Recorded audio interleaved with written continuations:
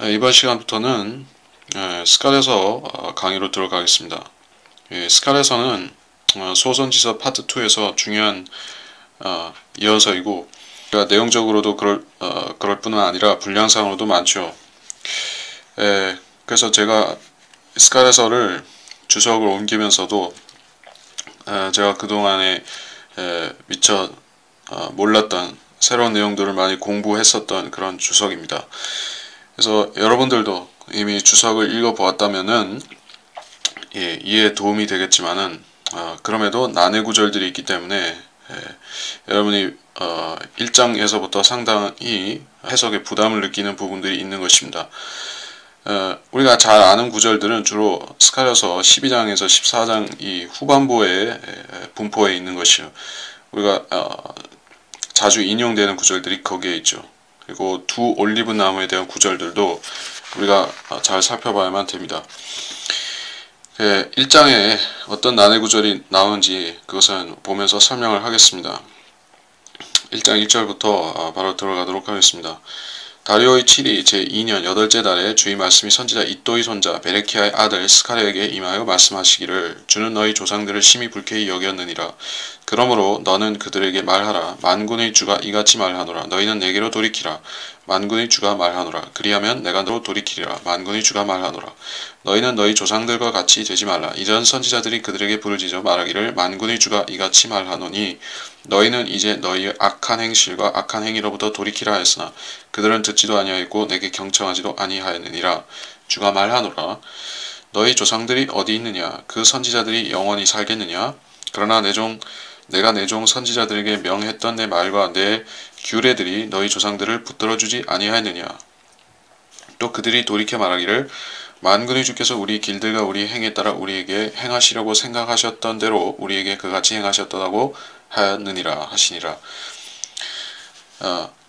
7이 제2년 8째 달 BC 520년경이고 학계의 선지자가 활동했던 시기, 예언했던 시기입니다. 스가랴의 계보에 대해서 말씀하십니다. 이또의 손자이며 베레키야의 아들이다. 이또는 누구인가? 이 선지자인데 이 선지자 이또라는 인물에 대해서 그 학자들이 주석가들이 말하기로는 어떤 스가랴라는 이름의 아들을 가진 어떤 제사장 느헤미야서 1장 1절 4절 16절에 나오는 인물과 동일시합니다. 그것이 절대적으로 맞는지는 모르지만 만일 그렇다면은 이 스가랴라는 인물은 혈통상으로는 제사장의 계보가 되죠. 그러면 제사장이면서 선지자가 되는 것입니다. 2절 주는 너희 조상들을 심히 불쾌히 여겼느니라. 바빌론 포로 때까지의 이스라엘의 역사를 말씀하시는 것입니다. 그들은 끊임없이 중간에 회개하는 일이 있었지만은 요시야 때 회개하고 히스기야 때도 그리고 몇몇 왕 때 신실했었지만은 그들은 계속해서 배교의 상태에 머물렀던 것입니다. 이스라엘의 배교는 완전히 하나님을 떠나는 배교였었죠.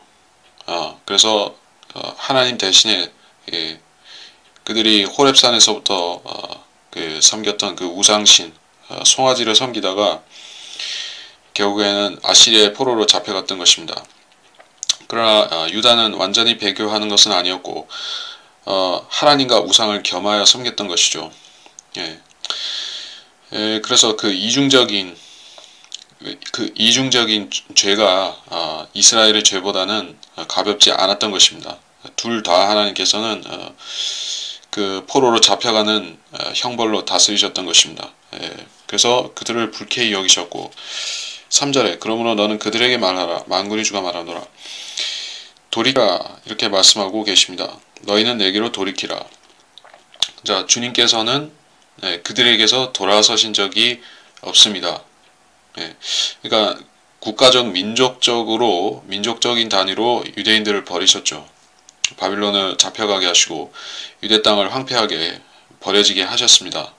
그럼에도 그들을 완전히 버리신 것은 아니었고 또 개인적으로는 하나님을 찾는 자들을 포로 생활 중에서도 돌보시고 받아주셨던 것입니다.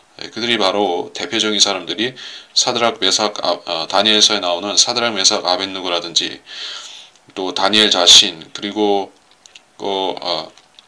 에스더서에 나오는 유대인들이 있죠. 페르시아 왕국에 있었던 그 유대인들도 모두 주께서 돌보셨던 것입니다. 포로기가 끝난 이후지만은, 자, 지금도 하나님께서는 유대인들이 이방에 흩어져 있지만 그들을 잊어버리지 아니하고 돌보신다는 것입니다. 물론 그들은 구원을 받아야 되지만, 그들이 육신적인 유대인인 상태로 사는 것은 구원이 아니지만, 구원을 받아야 되지만 하나님께서는 그 민족의 혈통, 유대인의 혈통 씨를 계속해서 보존해 오신 것입니다. 그것이 하나님께서 이스라엘을 초자연적으로 2500년, 2600년 넘게 그 나라가 무너진 이후로 계속 보존해 오신 그 역사를 말하는 것이에요. 그래서 너희는 내게로 돌이키라고 주님께서는 계속 요구하셨던 것입니다. 그때도 그랬고, 주님께서 초림하셨을 때에도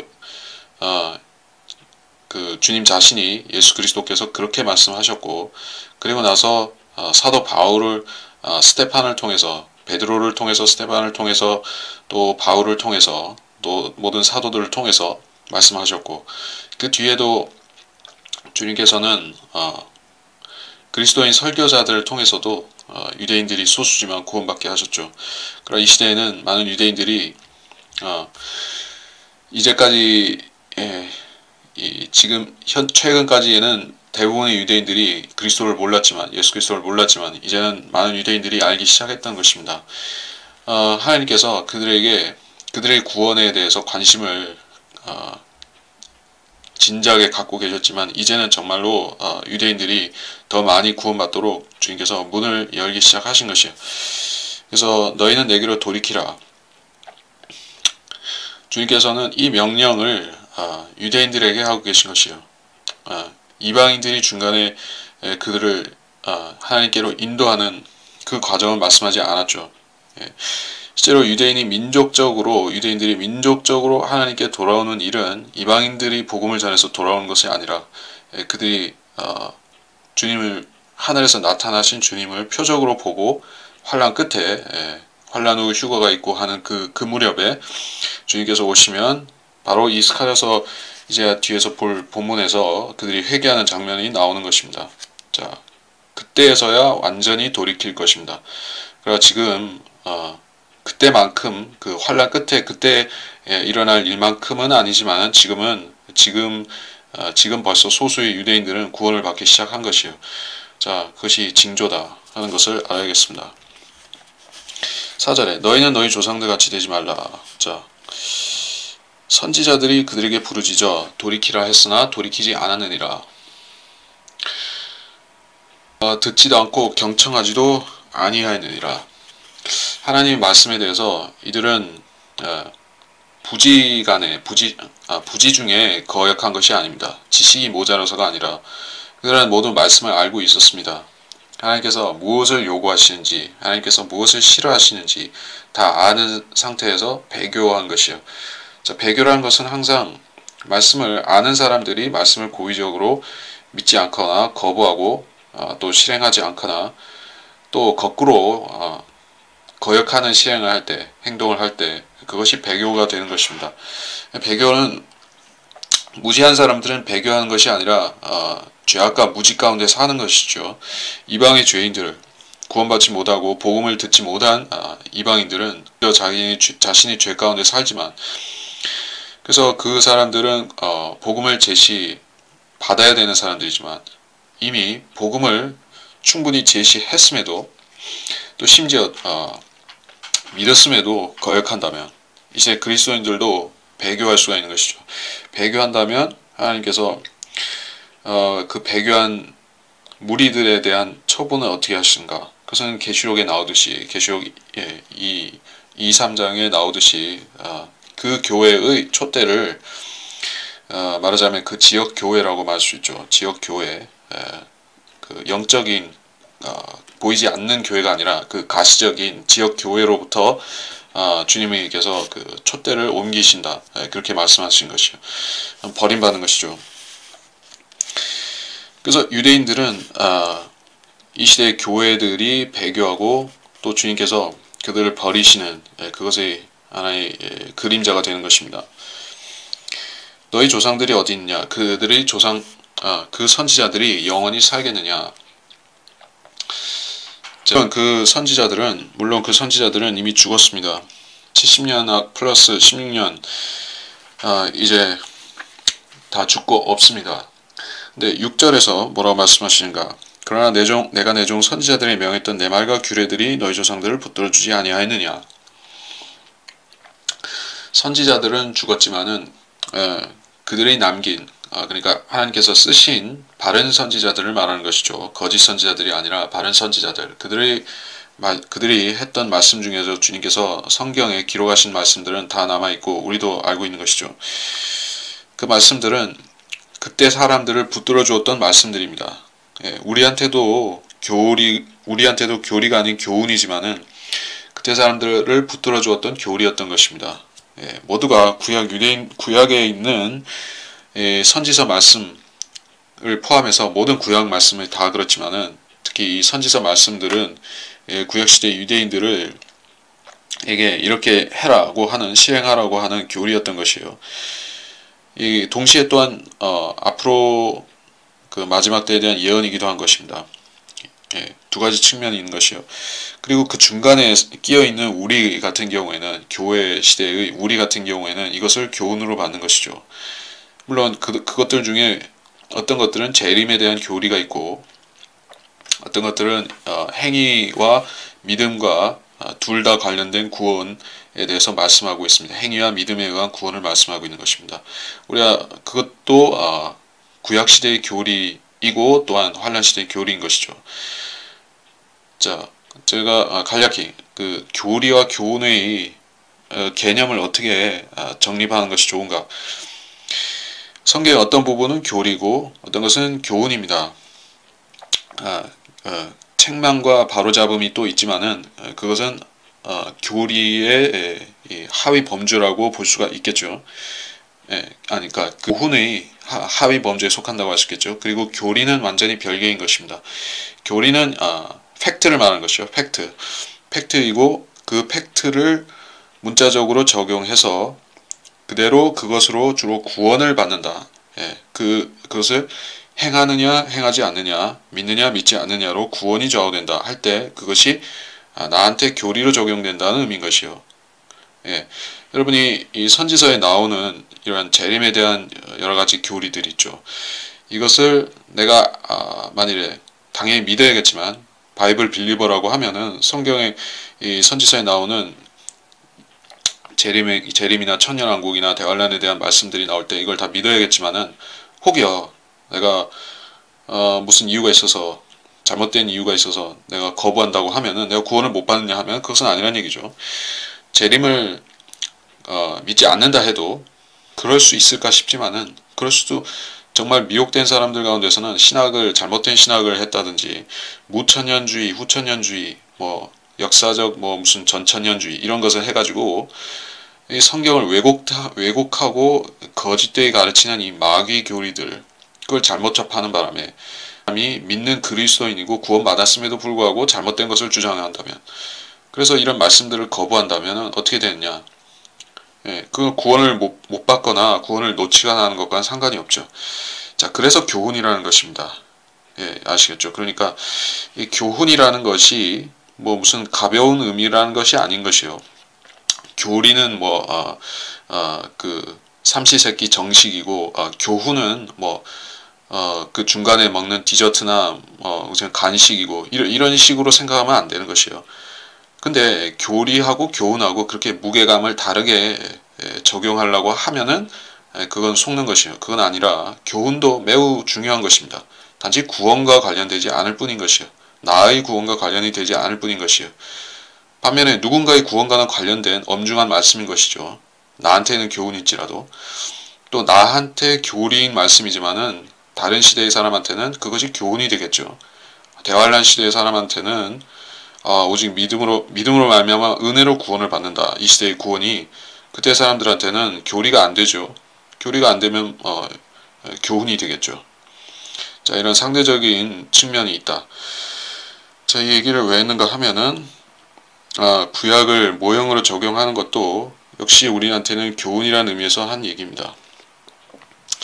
우리가 살펴보는 예언도 난해해 보이지만은 이 7절에서부터 보는 8절에서부터 보는 예언도 난해해 보이지만은 내용을 보면 계시록과 약간의 유사점 찾을 수가 있기 때문에 잘 봐야 됩니다.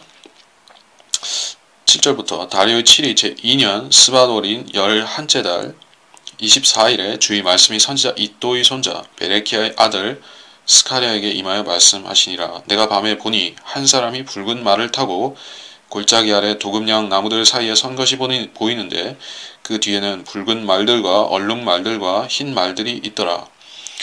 그때 내가 말하기를 오 내 주여 이들은 무엇이니까 했더니 나 말하던 천사가 내게 말하기를 이들이 무엇인지 내가 내게 보여주리라 하더라. 또 도금양 나무들 사이에 선 그 사람이 대답하여 말하기를 이들은 땅에 두루 다니라고 주께서 보내신 자들이니라. 자, 읽으면서 설명을 하겠습니다. 읽으면서 스바돌 11째 달이라고 했는데 이 쉐밧이라고 하는 이 달은 1, 2월을 말합니다. 유대 달력에서는 11월에 해당합니다. 그래서 이 스바돌의 계시들은 학계 2장의 계시가 끝난 다음에 시작된 것이다. 장막절이 지나서 장막절과 나팔절 장막절이 완전히 끝나고 그때 시작된 예언인 것이요. 사역이 끝났다는 얘기는 아닙니다. 학계는 계속 예언을 했습니다. 죽을 때까지. 그러나 학계서의 그 예언이 끝난 뒤에 했다는 것입니다. 학계와 스가랴의 사역은 4년 더 이어졌습니다. 본문에 보면 그렇게 볼 수가 있고 주석서에 보면은 여러분이 선지자들은 더 많은 예언을 했다. 그러나 성경에는 그들의 예언 중에 필요한 하나님께서 엄선하신 어떤 부분들만 성경에 기록이 된 것이다 하는 말씀을 드렸습니다.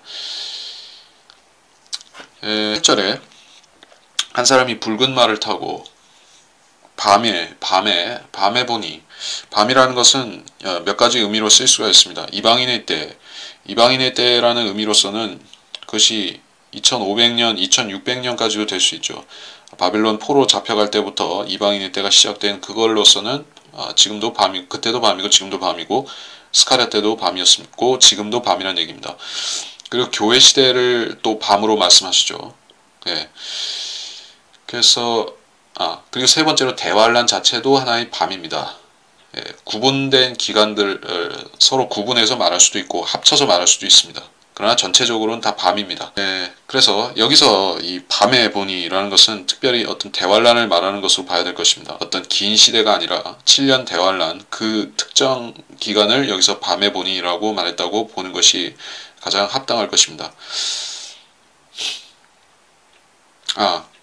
물론 주석에는 교회 시대를 의미할 수 있다고 되어 있습니다만은 왜 대환란으로 좀 더 유력하게 보는가 하면은 이 말들의 정체가 아무래도 계시록 6장에 나오는 그 말들하고 유사성이 똑같지는 않지만 유사성이 있기 때문에 그렇게 봐야 될 것이라는 것입니다.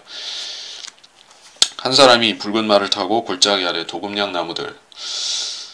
자, 러크만 박사가 온전한 해석을 하지 못했습니다. 저도 마찬가지로 할 수가 없죠. 여러분도 할 수 있는 사람이 있다면 해보시지만은 전체적인 그림을 맞추기는 어렵습니다. 그러니까 대략적인 의미가 뭔지는 파악이 될 것 같습니다. 여기 나온 한 사람이 사람이라고 했지만 이것은 천사로 우리가 봐야 됩니다. 11절에는 주의 천사라고 말씀하고 있습니다. 천사를 사람이라 말하기도 하고 사람처럼 나타나죠. 또 붉은 말은 계시록 6장 4절에 나오는 그 말로 볼 수가 있을 것입니다. 필요는 없겠죠.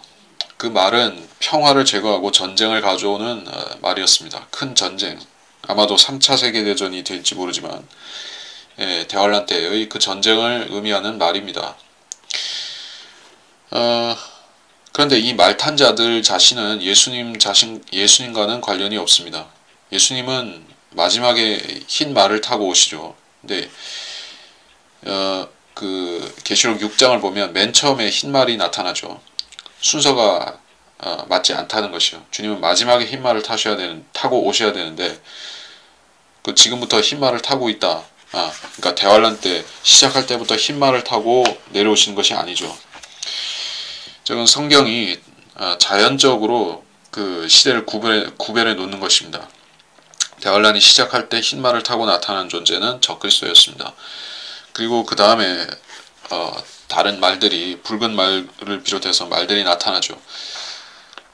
흰 말 탄 자에 대해서 주석에 설명했는데 저는 따로 이거는 계시록에 더 자세히 나오기 때문에 계시록에서 보시면 되고 그 뒤에는 붉은 말을 이 붉은 말이 누구냐?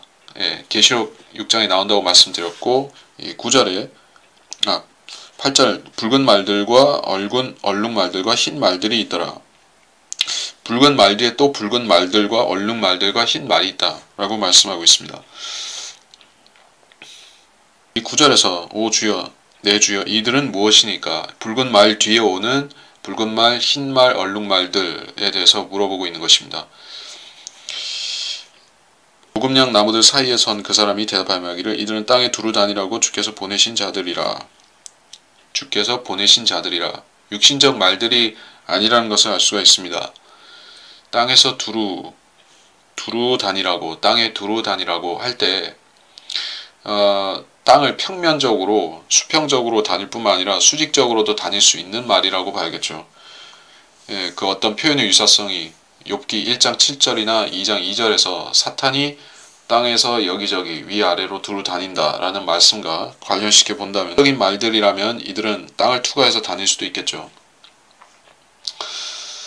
이 말들은 불말입니다. 열왕기하 2장 11절에 나오는 바로 그 불말인 것이요.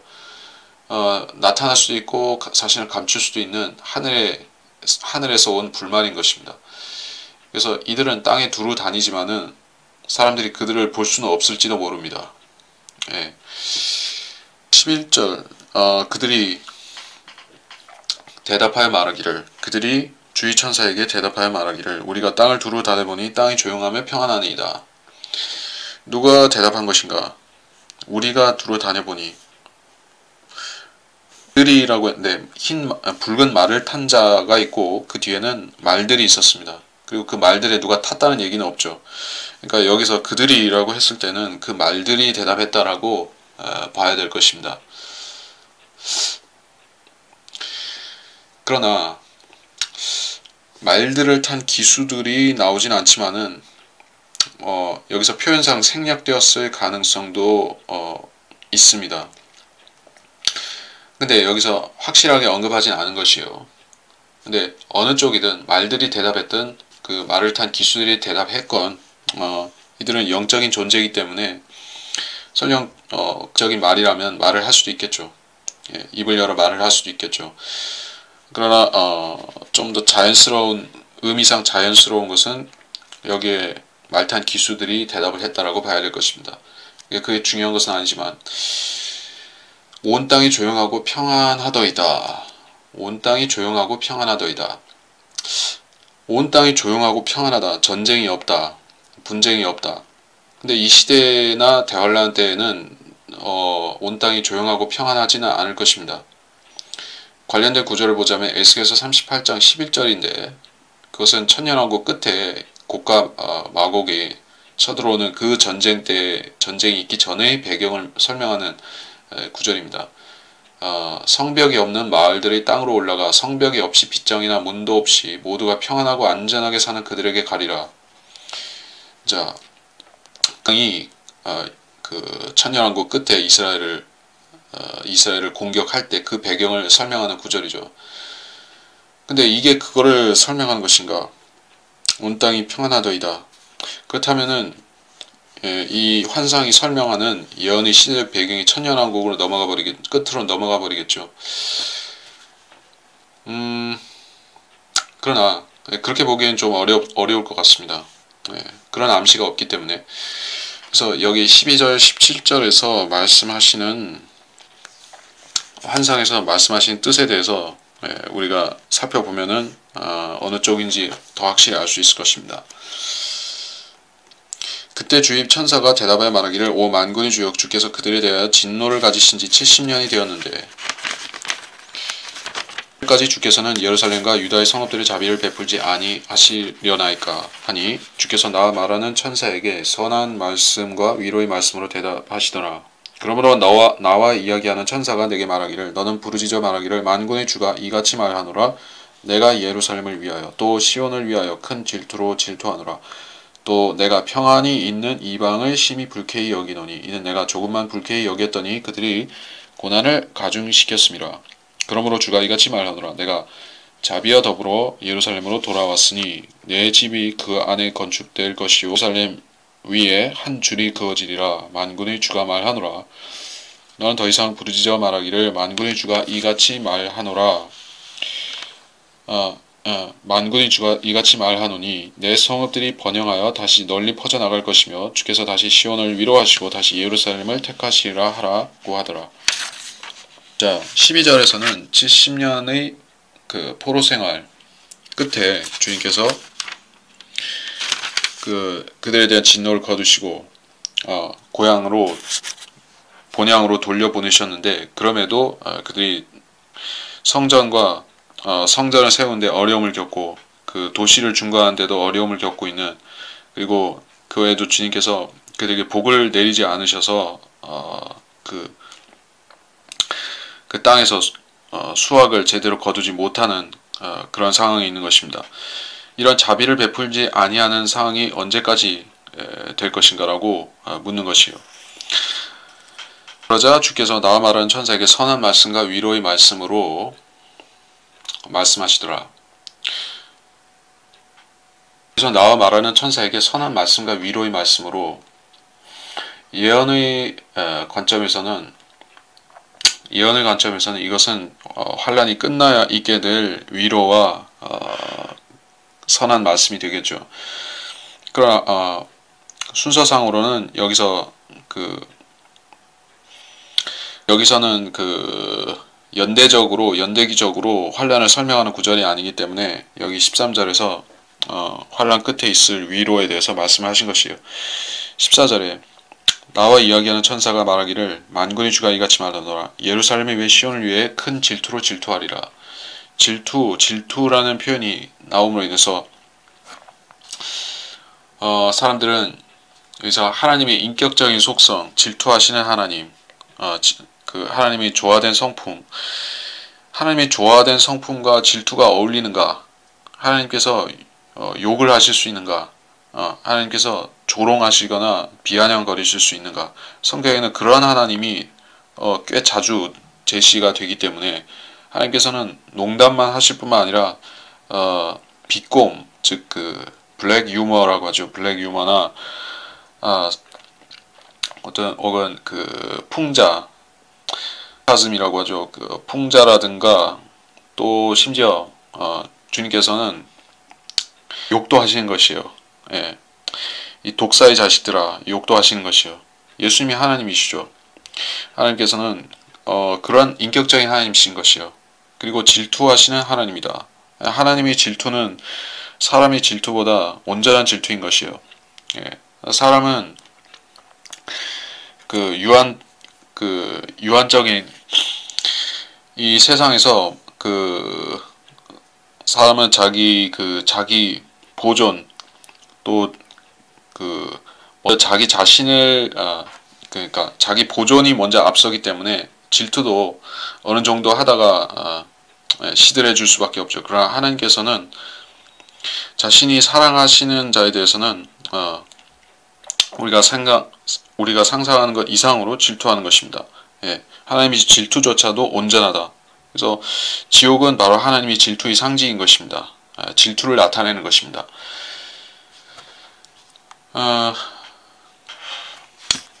내가 시온을 위해 큰 질투로 질투하노라. 이것은 그때도 그랬고 지금도 예언적으로는 또 대환란까지도 계속 적용되는 말씀인 것입니다. 사람들은 이 하나님의 질투에 대해서 그리고 하나님께서 특정 성읍에 대해서 이스라엘과 또 이스라엘 중에서도 예루살렘이라는 그 작은 그리 크지 않은 도성을 위해서 그들 때문에 질투하신다는 사실을 어떻게 받아들이겠습니까? 하나님께서 이스라엘만의 하나님이시냐, 이런 생각을 하는 것이죠. 하나님께서는 온 인류를 만드신 분이 아니신가? 근데 어떻게 그들만을 위해서 그렇게 질투하실 수가 있는가? 그러나 하나님께서는 모든 사람을 그러니까 세상을 이처럼 사랑하셔서 그의 독생자를 주셨으니 라는 의미에서는 세상을 사랑하시지만은 또 하나님께서는 그 중에서도 각별히 사랑하시는 자들이 또 있는 것입니다. 12제자들이 있지만은 또 베드로, 야고보, 요한이라는 더 특별한 제자들이 있었고 그 중에서도 요한이라는 더 사랑받는 제자가 있었던 것이요. 자, 이것은 누구를 더 사랑하고 덜 사랑하고 이것은 하나님이 절대적인 하나님이 주권이죠. 그것이야말로 하나님이 절대 주권인 것이요. 그러나 하나님이 절대 주권이라고 해서 어떤 사람을 그럴 이유도 없는데 지옥에 보내는 그것은 절대 주권이 아닌 것이요. 무조건적인 선택으로 또는 무조건적인 지옥에 보낸다. 누구를 천국에 보낸다. 이런 선택은 아닌 것입니다. 여기서는 시온을 위해서 질투하시는데 그들이 시온을 유대인에게서 빼앗아서 이방인들이 나눠 가지려고 하기 때문에 질투하시는 것입니다. 그러면서 그들은 이것을 평안이 있는 이방을 불쾌히 여기노니 라고 말씀하고 있습니다. 이방 사람들, 그 중에서도 그 시온, 예루살렘에 있는 그 지명을 말하죠. 예루살렘을 그리고 그 성전 산을 이방인들에게 즉 그 모슬렘들에게 나눠주려고 하는 자들이 바로 이방입니다. 여기서 평안이 있는 이방인 것이요. 미국 의회에 있는 그 의원들이고 유엔에 앉아 있는 각국의 대표들이고 또 각종 국제 기구나 또 친선 단체나 나토든지 EU든지 나파든지 아니면 북미 자유연합, 북미 자유무역기구든지 아니면은 그런 세상의 모든 연합들이죠. 그게 문화적인 것이든 정치적인 것이든 아니면 학문적인 것이든 간에 지금은 그 시대적으로 지금 마지막 때에 가까워지다 보니 모든 것들이 하나의 초점으로 몰리고 있는 것이요. 문화적이고 문화단체, 환경단체, 유엔에 소속되었든 아니든 유네스코는 유엔에 소속되었고 또 그린피스라든지 여러 근데 그것들이 운동단체들이 사회단체들이 하나로 한 목적으로 결집되고 있는 것이요.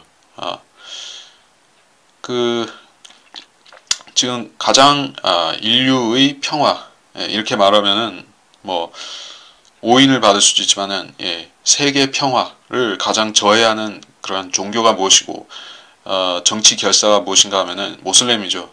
정치이면서 동시에 종교인 그 모슬렘인 것이요. 근데 아무도 이것을 제대로 지적하는 사람이 없는 것이요. 오바마도 그렇게 얘기를 하고 아니면은 각국 정상들도 그리고 반기문이도 모슬렘이 문제다. 이런 얘기를 하는 데가 없죠. 왜? 자기가 먼저 죽을지 모르기 때문에 언제 폭탄을 맞을지 모르기 때문에 그런 얘기는 안 하고 이스라엘을 비난하는 것이요. 이스라엘이 예루살렘을 모슬렘한테 완전히 양도하고 모슬렘의 수도로 삼아줘야 되는데 이 팔레스타인 국가라는 그 뿌리도 근본도 없는 나라의 수도로 삼아야 된다고 그렇게 이스라엘을 강요하는 것입니다. 자, 그 사람들이 그러면은 팔레스타인을 유엔에서 팔레스타인을 밀어주고 후원하면서 그들을 선호해야 되는 이유가 뭐가 있냐는 것이요. 그들이 인류의 문화나 정치, 경제, 문화 모든 부분에 있어서 팔레스타인이 기여한 것이 뭐가 있습니까? 없어요. 오히려 그 아라파트 때부터 그 이집트 출신의 그 테러리스트인 그 아라파트 때부터 지금에 이르기까지 하마스, 그리고 그 하마스는 그 거의 실질적인 테러 단체고, 지금 팔레스타인 자치정부도 준 테러 단체죠. 그걸도 언제든 총을 잡고 테러 단체로 변신할 수 있는, 그럼에도 그들이 유엔이라는 이 국제기구에서 자기들이 정식 국가라는 그러한 목소리를 내고 있는 것입니다. 이거는 하나의 엄청난 부조리고 웃음거리인 것이죠. 이것이 유엔의 이름으로 자행되고 있기 때문에 사람들은 매일같이 뉴스에서 보고 이스라엘이 잘못했고 팔레스타인이 피해자고 이런 것을 계속 그 CNN이라든지 각종 언론에서 그렇게 쏟아내기 때문에, 그래서 이스라엘 사람들은 정말로 나쁜 사람들이고 팔레스타인 사람들은 이상한 사람들이다, 이렇게만 생각하는 것이에요. 누가 그렇게 만들죠? 이것은 언론이 그렇게 만드는데, 언론의 뒤에는 누가 있느냐? 그 오일머니가 있다. 중동의 이 세계 석유를 통해서 세계 경제를 주무르는 그런 모슬렘들이 있고, 또 거기에 모슬렘 뒤에는 마귀 세력들이 있고, 또 마귀 세력들 중에는 이 모든 마귀 세력들이 결국에는 이스라엘을 타도해서 이스라엘을 분할해서 이교도들이 차지하게 해야 된다. 유엔이 차지해야 된다는 것이 그들이 목표인 것입니다. 그러나 17절에서 뭐라고 말씀하십니까? 그것은 하나님께서 계획하신 것이 아니라 그 이방인들이 꾸는 헛꿈이라는 것입니다. 이스라엘의 회복에 대한 약속을 하고 있습니다. 현재 이렇게 되지 않았습니다. 내 성읍들이 번성하여 널리 퍼져나가고 시온을 위로하시고 다시 예루살렘을 택하시리라. 지금 이스라엘에 사는 유대인들이 이 구절을 온전히 주장할 수 있느냐, 이것이 성취되었노라 라고 말할 수가 있느냐? 지금은 그렇지가 못한 것이에요. 언제 빼앗길지 불안한 것입니다. 물론 지금 감히 이스라엘에다 이스라엘 땅을 돌려놓고 유대인들은 지중해 바다로 빠져 죽으라고 그렇게 시킬 수 있는 그런 힘은 없지만은 그들은 대환란 때 결국 그것을 실행할 것입니다. 유대인들은 생명의 위협하에 살고 있는 것입니다. 하루도 마음 편하지 못하게 그들이 전쟁에서 이겨도 마음 편하게 그 땅에서 살지를 못하는 것이에요. 근데 여기서 16절에서 뭐라 말씀하십니까? 예루살렘으로 돌아왔으니 내 집이 그 안에 건축될 것이요. 자, 이게 중요하죠. 또 예루살렘 위에 한 줄이 그어지리라. 예루살렘 위에 한 줄이 그어지리라. 이것은 천년왕국 때 예루살렘을 다시 건축하는데, 그래서 그 예루살렘이 도시 규격하고 지금하고 차이가 있습니다. 지형적으로도 차이가 생기겠고 높은 산이 되기 때문에, 그러면서 전체적으로 거대한 천년왕국 성전을 중심으로 더 큰 도시가 되는 것이요. 그래서 그때 건축되는 것을 말씀하고 있고, 스가랴 당시의 일이나 아니면은 그 초림 때나 혹은 지금과는 전혀 상관없는 얘기인 것이죠. 그러니까 이런 일이 일어나야 되는데, 사람들이 스가랴서가 그러한 천년왕국의 예언이라는 사실을 모르고 읽으면은 이거는 닫힌 예언이 되는 것이죠. 열린 말씀이 아니라 닫힌 예언이 되어버립니다. 해석을 할 수가 없습니다. 혹은 억지로 해석해야 되는데, 억지로 해석하자면은 어떻게 억지로 해석할 수가 있습니까? 별 다른 수단이 없는 것이에요. 교회에 적용할 수밖에 없는데, 그것도 완전히 영적으로 적용하는 것밖에는 수단이 없는 것이에요. 이 구절을 어떻게 영적으로 적용하면 어떻게 되겠습니까? 예루살렘은 교회다. 그리고 예루살렘에 건축되는 내 집은 우리 이 교회의 실이다. 그리고 예루살렘 위에 한 줄이 그어지리라. 우리가 건축 헌금을 내서 성전을 확장하라고 주님께서 말씀하신다. 이렇게밖에는 할 수 없다는 얘기예요. 유치하지만은 그렇게 안 하고 하면은 이 성경을 설명을 할 수가 없죠. 아니 그 설명할 수 없지만은 이거를 성경에서 빼버릴 수는 없으니까는 개혁 성경이든 무슨 성경이든 뭐 NIV든 뭐 개혁 개정이든 뭐든 그들이 갖고 들고 다니는 그 성경에도 이 구절이 이런 성경 구절들이 있으니까 이걸 어떻게 빼버릴 수도 없고 없는 채 할 수도 없으니까는 결국에 억지로 해야 되는데 그나마 궁색하게 그렇게 할 수밖에 없다는 것이요. 이것은 교회다. 이 성전도 교회다. 우리 성전을 지읍시다. 이렇게 되는 것입니다. 그러나 이것은 모두 천년왕국에 대한 분명한 이루어질 하나님의 문자적으로 이루어질 예언이라는 것입니다. 18절에 내가 내 눈을 들어보니 뿔 4개가 보이더라. 뿔 4개가 보이더라. 뿔이라는 것은 권력, 왕국을 상징할 수가 있습니다. 다니엘서에 이 뿔에 대한 그 상징적 표현이 많이 나옵니다. 물론 계시록에도 나오지만 열 뿔을 가진 존재는 그 뿔 자체는 열 왕을 말하고 그들의 왕국도 의미합니다. 근데 여기서 4뿔이 나오는데 이 4뿔이 어디냐? 어떤 왕국을 말하느냐? 그것을 봐야겠죠. 이것들은 유다, 이스라엘과 예루살렘을 흩어버린 뿔들이니라. 그 이방 왕국들을 말하는데 예루살렘을 파괴하고 이스라엘을 파괴하고 했던 그 이방 권세들을 말합니다. 역사적으로 그 일을 자행한 것은 북이스라엘의 경우에는 아시리아가 했고 남유다의 경우에는 신바빌론 느부갓네살의 바빌론 왕국이 했습니다.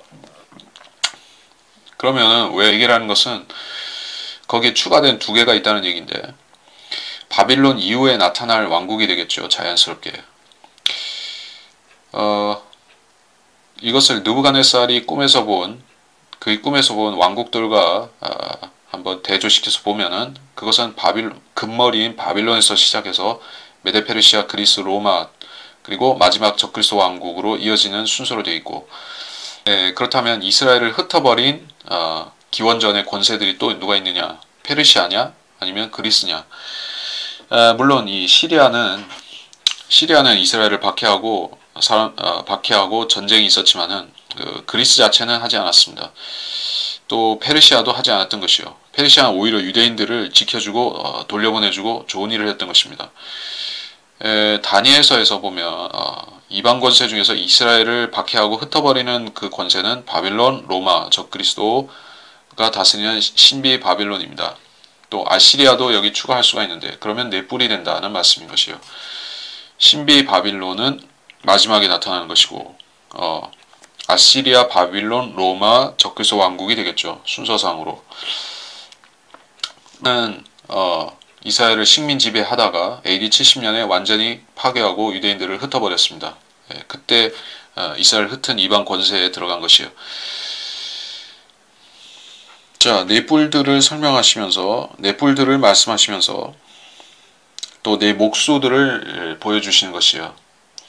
이 목수들은 이 권세들을 무너뜨리기 위해서 오는 존재입니다.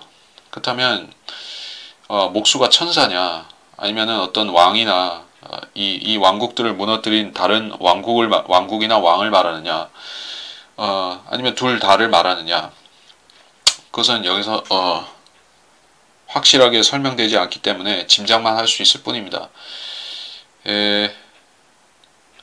이것을 그 지상 왕국이나 어떤 왕으로 보자고 하면은 다소 무리수가 있습니다. 아까 우리가 이것을 아시리아 바빌론에서부터 시작하는 아시리아 바빌론 로마 적그리스도 왕국 이 4개의 뿔로 생각한다면은 아시리아와 바빌론은 그 서로 그러니까 먹힌 관계죠. 아시리아를 멸망시키고 아시리아를 무너뜨리고 바빌론이 등장했기 때문에 근데 여기서는 목수들이 또 넷이 등장하기 때문에 매칭이 안 된다는 얘기죠. 그래서 이건 좀 어렵습니다. 그리고 로마 제국의 경우에는 그 제국 로마 황제 로마 자체는 서로마 황제의 그 제국은 멸망했지만은 그 로마는 신성 로마로 이어졌죠. 신성 로마는 교황이 승인해준 로마 제국인데 형식상으로 그리고 교황이 거기 권세를 갖고 있죠. 그래서 신성 로마를 그 교황이 일종의 신정 통치를 하려고 했던 그러한 로마 제국인 것이요. 그래서 그 체제는 계속해서 반유대적이었고 유대인을 흩어버리는 일을 했습니다. 실질적으로 유럽에서 유대인들을 흩어버리고 쫓아내는 일들을 계속했던 것이요. 천년 넘게. 그러다가 1917년에 영국이 벨포어 선언을 해서 그때 유대인들이 팔레스타인 땅으로 돌아가기 시작했었습니다. 그래서 교황 로마는 어떻게 되었는가? 지금도 있습니다. 바티칸에. 물론 그들이 실제 다스리는 영토는 없지만은 남아 있다는 얘기예요. 없어지지 않았다는 얘기죠. 그렇기 때문에 여기서 이 뿔들을 없애는 목수들이 뭔지 설명하는지 좀 어렵다는 것입니다. 어쨌든 이 목수들은 결국 이 권세들을 완전히 파괴시키는 것이에요. 럭칸 박사는 여기에 대해서 설명하기 어렵다 라고 말씀하고 있는데 지금까지 알 수 있는 방법이 없다. 락카만 주석 성경에도 목수들이 무엇인지는 지금까지 알 수 있는 방법이 없다. 왜냐하면 이 이방 권세들은 특히 적그리스도의 마지막 왕국은 예수님이 직접 오셔서 뜨인 돌로서 다니엘서 나오듯이 뜨인 돌로서 그 형상의 발을 쳐서 부수시는 것도 주님 자신이 하시는 것이지 어떤 목수들을 시키시지는 않죠. 물론 그 이전의 왕국들은 해당이 될 수 있지만 마지막 왕국은 해당이 안 된다는 얘기죠. 그래서 이 예언의 취지는 알 수 있지만은 적그리스도의 왕국을 무너뜨린다는 그 예언의 대강은 알 수 있지만은 구체적인 것은 아는데 어려움이 있다 말씀이고, 이제 2장을 가겠습니다. 내가 다시 눈을 들어 그 손에 측량줄을 가진 사람이 보이기에 내가 말하기를 당신은 어디로 가시나이까 하였더니 그가 내게 말하기를 예루살렘을 측량하여 그 너비가 얼마이고 그 길이가 얼마인지 보고자 하노라 하더라. 그리고 보라, 나와 말하던 천사가 나가고 또 다른 천사가 그를 만나러 나가서 그에게 말하기를 너는 달려가 이 청년에게 구하여 말하기를 예루살렘에 사람이 거하리니 그 안에 사람들과 가축이 많으므로 성벽 없는 고울들과 같으리라 하라. 이는 주가 말하노니 내가 예루살렘에게 사면에서 불의 성벽이 될 것이요 그 성읍 가운데서 영광이 될 것이기 때문이라 하더라. 측량줄이 1절에 손에 측량줄을 가진 사람이 보이기에 이것은 측량줄은 뭔가 건물을 세운다는 얘기인데 예루살렘을 천년왕국 때 중건하는 것과 관련이 있겠죠. 그래서 이 측량 작업은 예레미야서 31장 38절 39절에도 나오고 에스겔서 48장 35절에도 나온다. 특히 에스겔서 48장 35절에는 그 성읍의 예루살렘의 이름이 별칭이 무엇인가 여호와 삼마 주께서 거기 계시다 이렇게 말씀하고 있습니다. 이것은 예수 그리스도 육신으로 나타나신 하나님께서 성전의 보좌에 앉아 계심으로 인해서 이것이 예루살렘 전통적으로 불려왔던 예루살렘일 뿐만 아니라 주님께서 계신 성읍이다. 이렇게 모든 이방에는 그렇게 알려질 것이라는 말씀이죠. 3절에 그리고 나와 말하던 천사가 나오고 그를 만나러 나가서 이 4절에서 이 성읍은 무척 클 것이다 말씀하고 있습니다. 물론 지금의 예루살렘도 그렇게 아주 작은 면 이런 성읍은 아니지만은 중간 정도는 되는 성읍이지만은 지금 예루살렘은 천년왕국 예루살렘에 비하면은 매우 작은 것이에요. 천년왕국에 세워질 그 땅의 예루살렘의 규격은 지금의 예루살렘보다 크지만 우리가 들어가게 될 그리스도인이 살게 될 새 예루살렘의 규격은 천년왕국의 땅의 예루살렘보다도 어마어마하게 더 큰 것입니다.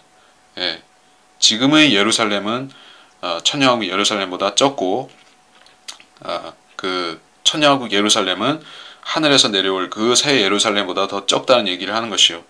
우리가 제일 좋은 데 산다고 말하면 맞는 말입니다. 제일 영광스러운 곳에 산다고 말하면 맞는 것이요. 왜냐하면 천년왕국 때는 주님께서 땅에 그 예루살렘에서 천년 동안 계시다가 천년이 끝나면 새 예루살렘이 위에서 아래로 내려올 때 교회와 함께 그 새 예루살렘으로 들어가서 주님께서 거기 계시기 때문에 결국에 주님께서 계신 곳이 가장 영광스럽다고 하면 우리가 제일 영광스러운 도성에 사는 것입니다. 그러나 천년왕국 때는 땅의 예루살렘이 가장 영광스러운 도성이 되는 것이요. 여호와 삼마가 그 성이 되는 것입니다. 주가 말하니 5절에 내가 예루살렘에게 사면에서 불의 성벽이 될 것이요. 자, 특별한 표현입니다. 사면에서 불의 성벽이 되고 성 가운데서 영광이 될 것입니다. 자, 그 출애굽기에는 주님께서 낮에는 구름 기둥으로 밤에는 불 기둥으로 회중을 이스라엘 민족을 광야에서 인도하시고 또 보호하셨다는 것이 나옵니다. 주님께서 이 성읍의 성벽을 세우는 대신에 주님께서 불의 성벽을 스스로 불의 성벽이 되시겠다고 말씀하신 것이요. 그래서 라카마 박사가 그 천년왕국 때 예루살렘을 그린 그 그림에 보면은 사면에 불의 성벽이 두르고 있죠. 그 돌로 지은 성벽이 아니라 불의 성벽이 이렇게 두르고 있습니다. 그리고 성읍 가운데도 성전인데 거기서도 이 연기가 올라가죠. 어떤 연기? 주위 그 구름, 영광의 구름, 그것이 가운데를 덮고 있고 그 성읍 주변에는 불의 성벽이 이렇게 불길을 타고 있는 것이에요. 자, 지금은 그렇지가 못하죠. 뭐 그건 우리가 아는 사실이고 또 대환란 때는 더욱 엉망이 되죠. 그래서 소돔과 고모라가 소돔과 이집트가 된다. 계시록에서 그렇게 말씀하셨습니다. 이사야서 4장 5절에 그 말씀이 또 나옵니다. 주께서 시온산의 모든 거처와 그 지폐 위에 낮이면 구름과 연기를 밤에는 불꽃이 빛을 만드시리니 이는 그 모든 영광 위에 덮개가 될 것임이라. 분명히 말씀하고 있습니다. 2장 6절부터 주가 말하노니 나오라 그리고 북쪽 땅으로부터 도망하라 이는 내가 너희를 하늘의 내 바람처럼 널리 흩어지게 하였음이라. 주가 말하노라. 오 바빌론의 딸과 함께 거하는 시온아 내 스스로를 구제하라. 이는 만군의 주가 이같이 말함이라. 그 영광 후에 그가 너희를 약탈한 민족들에게 나를 보내셨나니 이는 너희를 손대는 자가 그의 눈동자를 손대는 것이기 때문이라. 보라 내 손을 그들 위에 흔들리니 그들이 종들에게 약탈거리가 되리라. 그리하면 너희는 만군의 주께서 나를 보내신 것을 알리라. 나오라 북쪽 땅으로부터 도망하라. 자, 산타크로스가 이 표현을 인용하며 모방하고 있다라고 라칸 박사가 해석했죠. 산타크로스는 핀란드인 스칸지나비아 핀란드에 산다. 그리고 그는 북쪽에서 술록이 끄는 이 마차를 타고 선물을 싣고 그 아이들이 양말을 걸어놓으면은 저 지붕을 타고 내려와서 선물을 걸어놓고 간다. 그렇게 전설, 민담, 그리고 교회들에서도 산타크로스를 수용한 것이에요. 이 크리스마스가 마침 우리가 그렇게 멀지 않았는데 매년 여러분은 크리스마스 지나면서 성경대로 믿는 사람은 크리스마스를 별 의미를 사실 안 두니까 상관이 없어요. 세상 사람들은 이날을 떠들썩하게 보내는 것이에요. 추수감사절도 미국의 그리스도인들이 아닌 사람들도 다 그날에 칠면조 고기 뜯고 크리스마스 카드나 선물같이 선물이나 카드는 안 하지만은 자기들 나름 그날 의미 있게 보낸다고 하는데 가족들끼리 모여서 자 이것은 하나의 인간이 인간을 즐겁게 하는 그런 축일이 된 것인데 크리스마스도 마찬가지입니다. 네, 경건한 사람들이 그리스도인들이 그 날을 의미 있게 활용할 수 있는 방법도 있죠. 사람들은 그나마 그날이 되면은 그리스도의 날이라고 해서 그리스도에 대해서 조금은 생각할 수 있는 것이죠. 그러면 우리는 그 날을 계기로 삼아서 그때 복음을 전할 수가 있는 것입니다. 그래서 모든 계기를 통해서 모든 기회를 우리가 받아서 그것으로 복음을 전하는 데 사용하면은 그 있는 것을 선용하는 것이에요. 추수감사절이든 부활절이든 크리스마스든 간에 무엇이든 간에 사람들이 조금이라도 그 성경과 그리스도에 대해서 그걸 연관지어서 우리가 그것을 근거 삼아서 복음을 전해야 된다. 근데 복음을 전하지 않고 즐기기만 하는 것이라면은 그것은 그야말로 마귀적이고 세상적인 그런 잔칫날이 되고 마는 것입니다. 여기서 왜 크리스마스가 연상되는가? 여러분이 보면 아시겠죠. 북쪽에서 나오라. 물론 여기서는 이스라엘 족속을 흩어진 이스라엘 사람들을 나오라라고 말씀하는 것이기 때문에 이들은 바빌론 포로 아시리아 포로 이후로 흩어졌습니다. 그렇게 지금은 땅끝까지 흩어진 것이요. 어디든 그들이 가지 않은 곳이 없습니다. 아프리카에도 있고 러시아에도 있고 미주에는 물론이고 그리고 중국에도 가 있고 일본에도 가 있고 유대인들은 다 가 있습니다. 그 사람들이 원래는 1948년에 이스라엘이 나라가 세워진 다음에 다 돌아가는 것이 순리요. 그것이 원칙이었는데 지금 그렇게 안 되고 있는 것이요. 만일에 그들이 하나도 안 남기고 다 이스라엘 땅으로 그 반세기 전에 다 돌아갔다고 하면은 시대가 이렇게 길게 안 갔겠죠. 하나님께서 더 빨리 대환란이라든가 모든 것을 시키셨을 수도 있는데 우리 시대까지 쭉 미뤄진 것을 보면은 하나님께서 유예하고 계신 것이다 하는 것을 우리가 짐작할 수가 있습니다. 그러나 유대인들은 계속 지금도 돌아가고 있는 것입니다. 러시아에서도 많은 유대인들이 이미 돌아갔지만은 지금 아직까지 상당수가 남아 있습니다.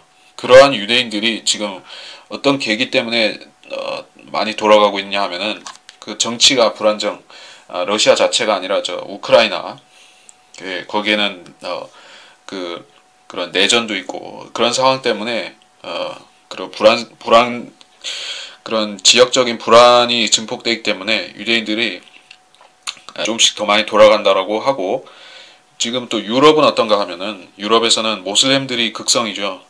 시리아에서 난민들이 지금 많이 들어가는 것은 우리가 알다시피 그렇고 또 샤를리 앱도에서 그 테러가 나고 또 유대인 회당을 또 모슬렘이 거기서 사람들을 죽이고 테러를 했기 때문에 유대인들은 불안한 것입니다. 그래서 유럽의 유대인들도 외신을 통해서 보면 유럽의 유대인들도 점차 남은 유대인들도 짐을 싸고 있다. 돌아가는 추세다라는 얘기를 합니다. 자, 이것은 시대적으로 그렇게 반세기 전부터 이어져 온 순리이고 그렇게 돼야 할 일입니다. 그러나 그것이 완성되는 것을 본다면은 성전이 세워지고 이미 대환란이 시작되겠죠. 지금 우리는 그 끝무렵에 있는 그런 상황을 보고 있고 마지막으로 미국에 있는 유대인들도 가야 되고 그러한 상황이다. 그래서 도망하라고 명령하신 분은 바로 하나님이신 것이에요. 사람들이 성경을 자기들이 최종 권위로 안 믿는 사람들은 무슨 권리로 유대인들이 2000년 전 거의 2000년 전에 AD 70년이니까 1900년 넘게 그들이 쫓겨났던 땅으로 무슨 권리로 거기에 무슨 땅에 그 담보증권이 있었던 것도 아니고 땅 문서가 있는 것도 아니고 무슨 근거로 거기 가서 다시 집 짓고 도시 짓고 거기에 마을을 짓고 살고 농사 짓고 살 수 있느냐. 그 권리는 누가 결정하느냐 이렇게 묻는 것이요. 자, 단순한 것입니다. 성경이 하거나 아니면은 사람들의 생각으로 사람들이 권위로 하거나 둘 중 하나인 것이요. 근데 사람들은 성경을 모르죠. 그리스도인들 중에서도 이 성경을 믿는 사람들, 성경들을 믿는 사람들이나 그러한 지식을 가진 사람을 말고는 성경적으로 판단을 못하는 것이에요. 그리고 성경이 말한다고 해서 그게 무슨 근거가 되느냐 이런 식입니다. 그러나 바로 성경이 유대인들이 유대 땅으로 돌아가야 되는 바로 정확한 근거인 것이에요. 성경 말고는 다른 근거가 없습니다. 유대인들은 정확히 성경에 따라서 자기들 땅으로 돌아간 것이에요. 우리가 반세기 전부터 또 더 크게는 1세기 전부터 유대인들이 자기 땅으로 돌아가기 시작했던 그래서 지금 나라가 세워지고 그게 여러 가지 성전이 아직 세워지진 못했지만은 그런 유대인들이 성전을 세울 준비는 하고 있으니까 자 여기까지 이르게 된 모든 것은 하나님께서 주도하신 것입니다. 이방인들이 뜻한 바도 아니었고 영국이나 미국이나 뭐 불란서나 러시아나 독일이나 어떤 나라가 추진해서 된 일도 아니고 승인해서 그것이 가능해진 것도 아닙니다. 미국이나 유엔이 이스라엘을 승인해줘서 그 나라가 성립이 된 것이 아닌 것이요. 한국도 유엔이 승인을 해줘서 우리는 정통성을 가졌다. 그렇게 주장한다면 좀 어리석은 얘기죠. 유엔이 승인해줘서 세워진 나라 가운데서 그 나라들이 지금까지 다 남아있는 것입니까? 없어지거나 질이 멸렬하거나 아니면은 뭐 쪼개지거나 한 나라들이 수도 이 제3세계 아프리카나 이런 데는 많은 것이에요. 예. 그러니까 나라가 세워지고 없어지고 그 어떤 땅에 어떤 나라가 세워지고 하는 것은 모두 그 주관자는 하나님이신 것이요. 그리고 이스라엘에 대해서는 정말 더 말할 것도 없는 것입니다. 그래서 하나님께서 세우라고 하셔야지 세워지는 나라인 것이지 이방인들이 주관하는 것이 아닙니다. 반기문이가 주관하는 것이 아닌 것이요. 이스라엘은 하나님께서 허락하셔야만 세워지거나 이게 없어지거나 하는 것입니다. 8절 너희를 약탈한 민족에 나를 보내셨나니 너희를 손대는 자가 그의 눈동자를 손대는 것이기 때문이라. 자, 하나님께서는 사람과 같은 눈동자가 없으시죠. 영이신 하나님, 하나님의 본체, 아버지 하나님은 아니지만은 아들 하나님께서는 우리와 같은 사람의 형상이시죠. 그리고 여기서는 눈동자라는 것은 가장 소중한 것을 의미하는 표현이기도 합니다. 그래서 하나님께서 그러니까 사람이 자기 지체 중에서 가장 소중히 여기는 그 부분과 마찬가지로 이스라엘을 아끼신다 이렇게 말씀한 것입니다. 그래서 이스라엘을 건드린 자는 하나님께서 결코 용서치 않겠다. 하나님께서 반드시 보복하신다는 그런 엄중한 말씀인 것입니다. 자, 이런 표현을 보면은 사람이 하나님을 잘 모른다 할지라도 성경에 이런 말씀이 있으면은 성경에 이런 말씀이 있고 이게 유대인에 대해서 하나님께서 하신 말씀이라면은 뭔가 찔끔할 수밖에 없죠. 근데 유엔에 앉아 있는 그런 각국의 대표들이나 또 모슬렘들이나 캐토릭들이나 이런 자들은 이런 구조를 보고도 그냥 지나치는 것이에요. 예.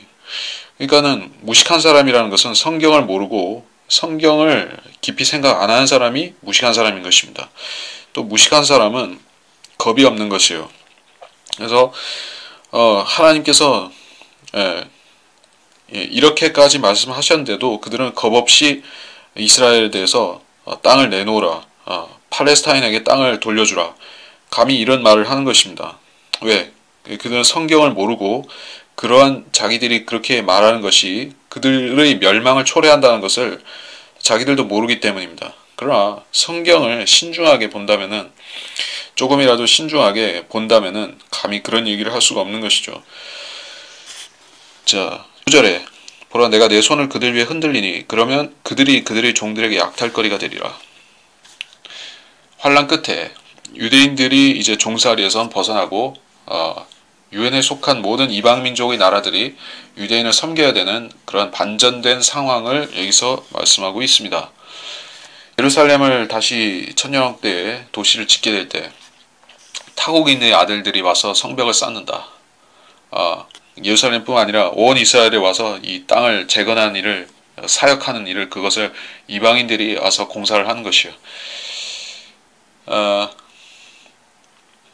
너를 섬기지 아니하는 민족과 나라는 멸망하리니 이사야서 60장 12절에 나오는 말씀입니다.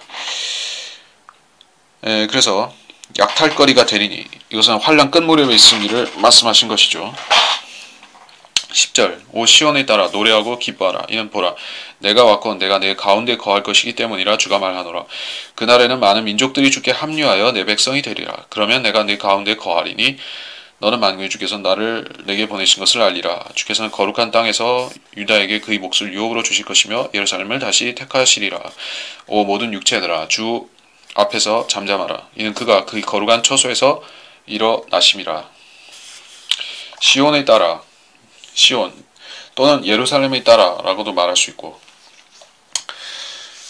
노래하고 기뻐하라.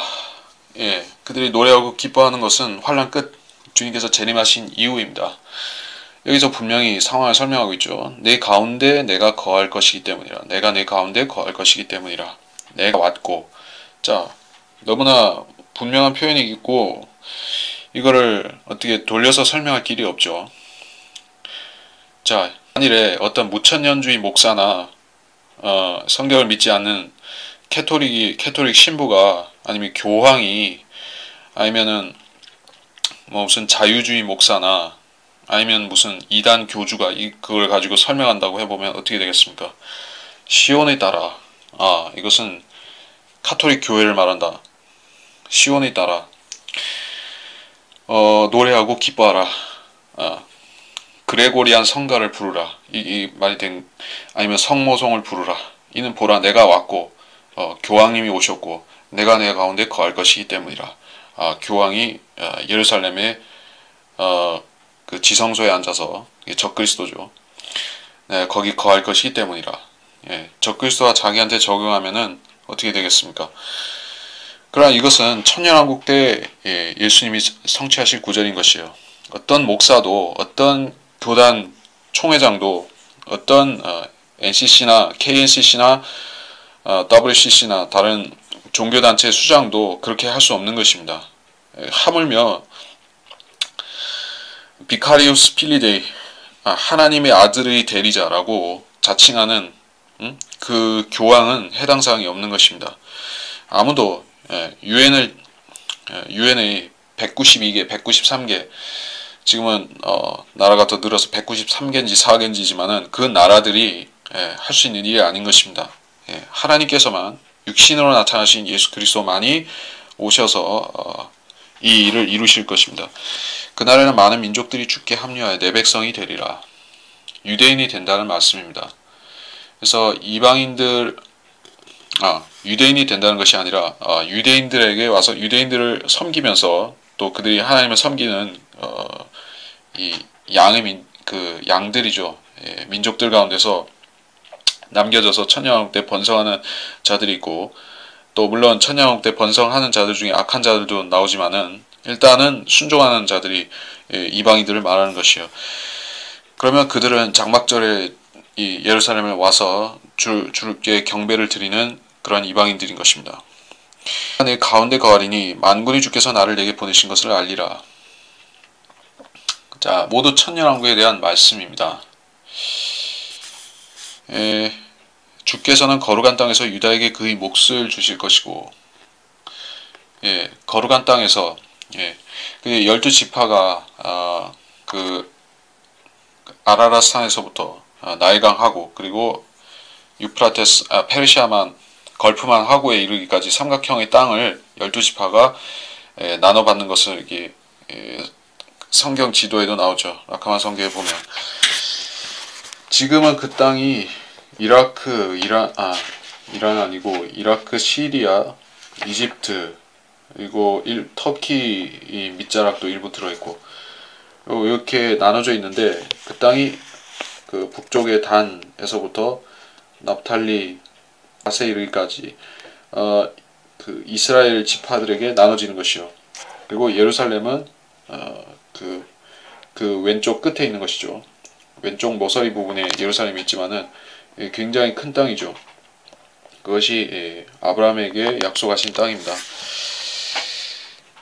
그래서 예루살렘을 다시 택하시리라. 자, 그렇게 땅이 광대해지지만은 이스라엘 왕국의 땅이 엄청나게 커지지만 수도는 다른 데로 바뀌지 않고 계속 예루살렘인 것이에요. 그래서 예루살렘을 다시 택하시리라. 천년왕국 때의 상황이다. 모든 육체들아 주 앞에서 잠잠하라. 그가 그의 거룩한 처소에서 일어나심이라. 주가 그의 거룩한 처소에서 일어나심이라. 모든 육체들아 주 앞에서 잠잠하라. 육체들아 잠잠하라. 이것은 육신을 갖고 이 땅에서 사는 사람들 말하는 것이죠. 주 앞에서 잠잠하라. 복종하라. 순종하라. 경배하라. 그분께 입맞추라. 이런 구절도 있죠. 시편 2편에 그에게 입맞추라. 그러지 않으면 그가 노하실 것이요. 그가 조금만 노하셔도 너희가 그 길에서 멸망하리라. 그 구절을 시편 2편을 보겠습니다. 두려움으로 주를 섬기고 떨림으로 즐거워하라. 그 아들에게 입맞추라. 그렇지 않으면 그가 노하실 것이요 그가 조금만 격분하셔도 너희가 그 길에서 망하리라.